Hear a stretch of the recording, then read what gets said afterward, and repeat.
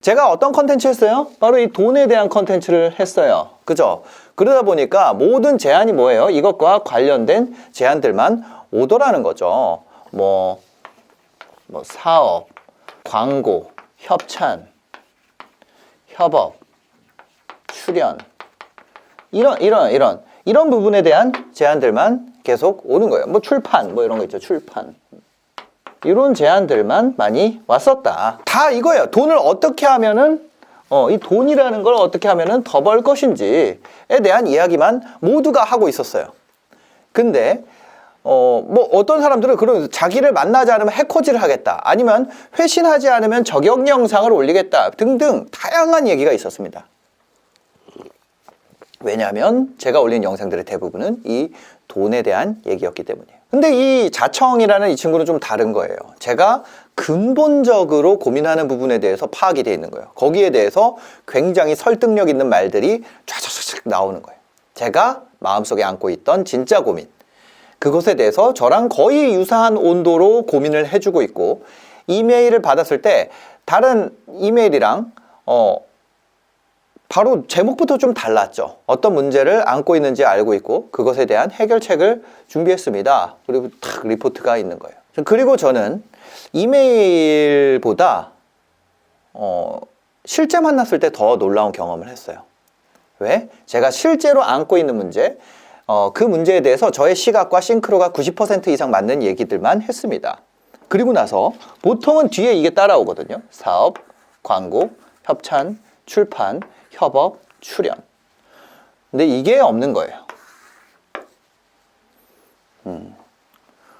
오히려 뭐냐면 그 친구의 말하는 방식이나 이 글쓰기, 글을 쓰는 방식, 표현 방식 이런 거에 제가 너무 매력적으로 느껴서, 뭐 남자를 좋아하는 그런 매력은 아니고요. 그냥 개인적으로 매력을 느껴서 제가 만난 그날에 혹시 저희 실례가 안 되면 인터뷰 촬영할 수 있는지 제안을 하게 됐습니다. 여기서 포인트가 있는 거예요. 많은 사람들이 이런 얘기를 합니다.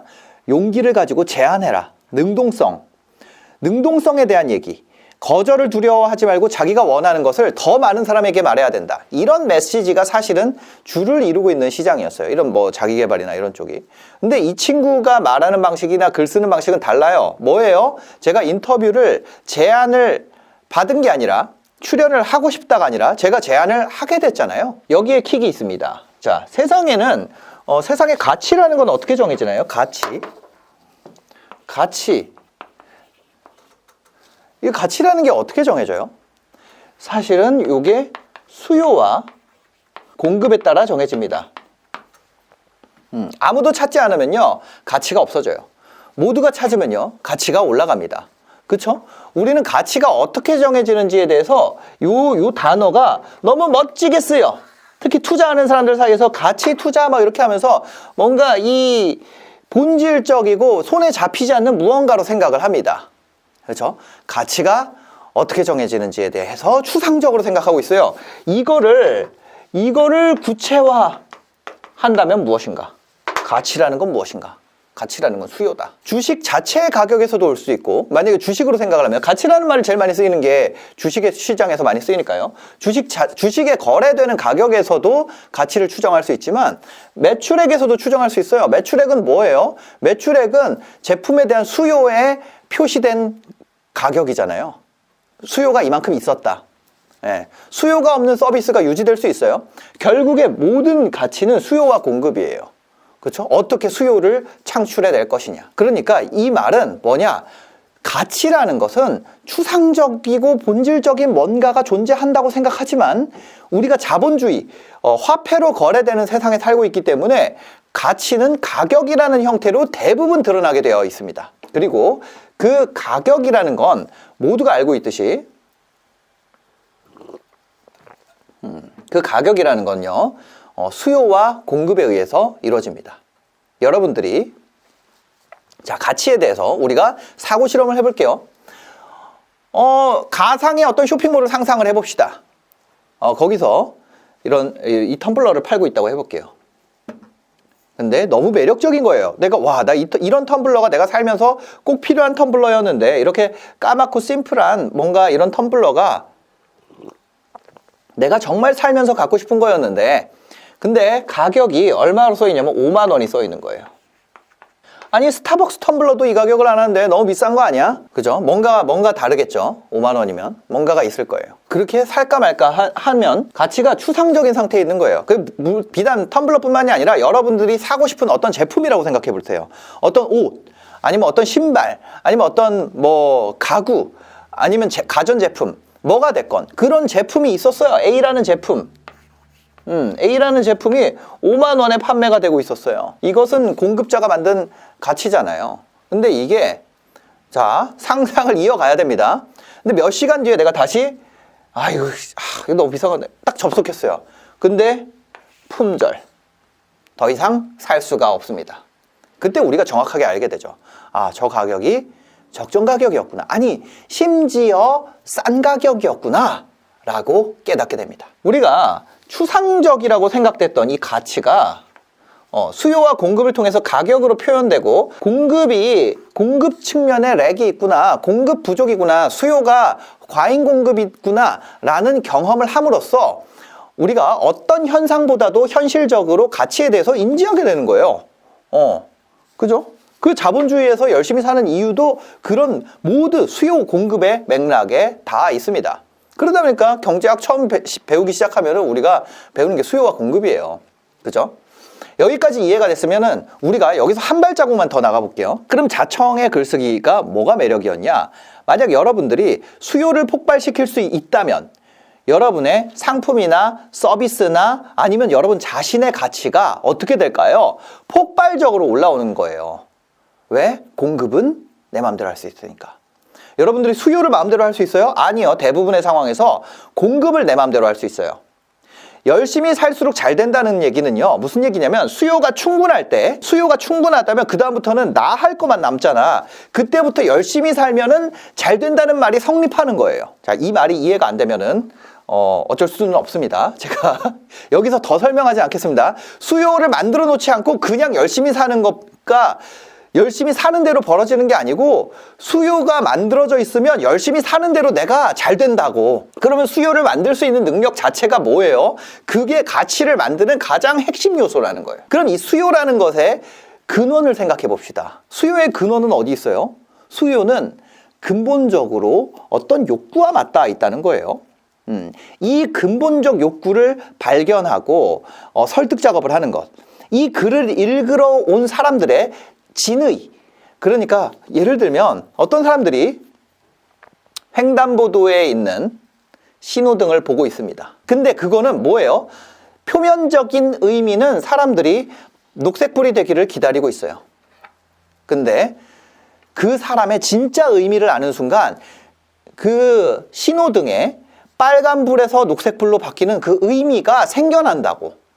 진의를 아는 순간 뭐예요? 만약에 길 건너편에 어떤 내가 너무나 기다리던 5년 만에 귀국해서 헤어져 있던 연인을 만나는 첫 번째 횡단보도예요.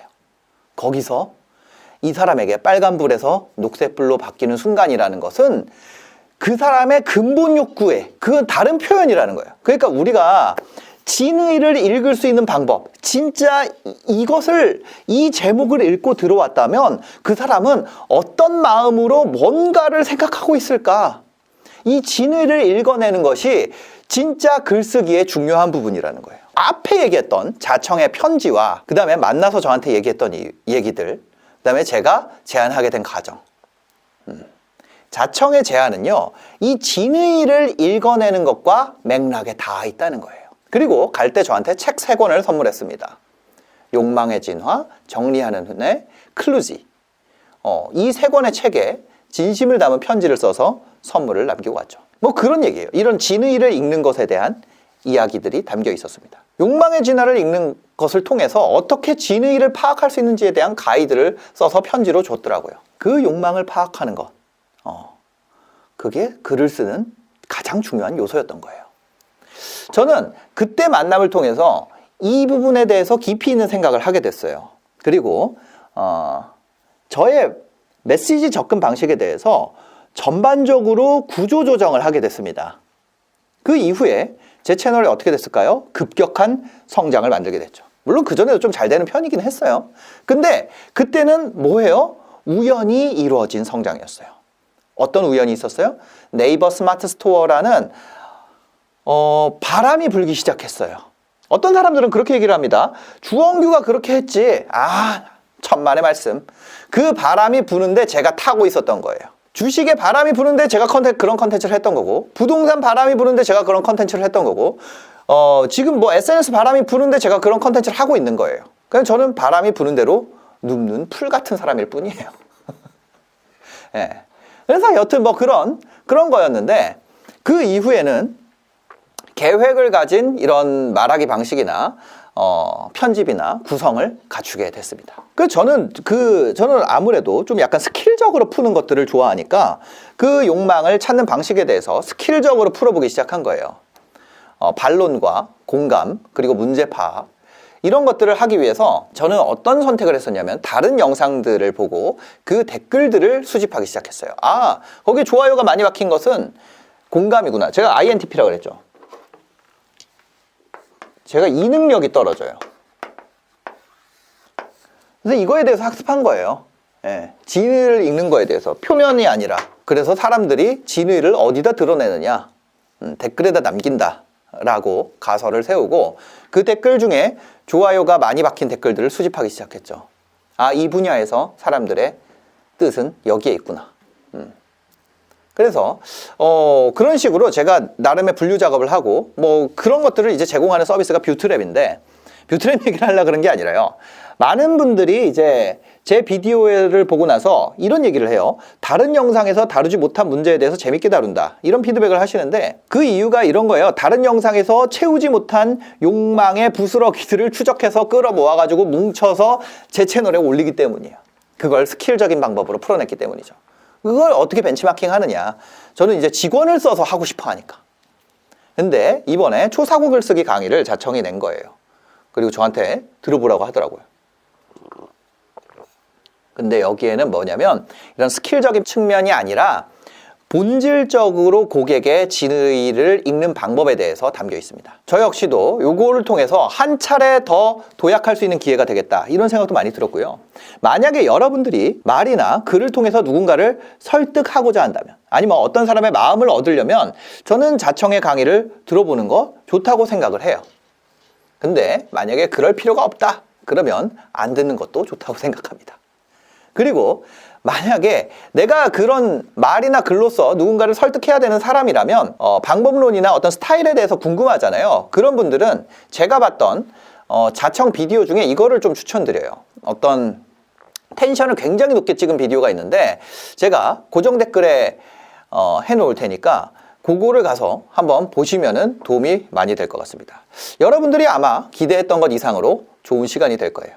만약에 여러분들이 말이나 글로서 누군가를 설득해야 되는 사람이라면. 비디오는 고정 댓글에 남겨둘게요. 필요하신 분들만 보시고 바쁘신 분들은 안 보셔도 됩니다. 다시 한번 말씀드리는데요. 예, 바빠서 안 봐도 되는데 가서 굳이 보지 말라는 얘기예요. 네. 다만 제가 이제 마지막으로 하고 싶은 얘기는, 유튜브라는 플랫폼에는 수많은 영상들이 올라옵니다. 근데 정말 그 중에는 우수한 영상들, 진짜 별처럼 빛나는 영상들 많이 있죠. 그 중에 하나를 추천한다면 저는 이 비디오 빼놓고 말하기는 어려울 것 같다는 점이에요. 네, 고정 댓글 확인해 주세요. 행복한 하루 되세요.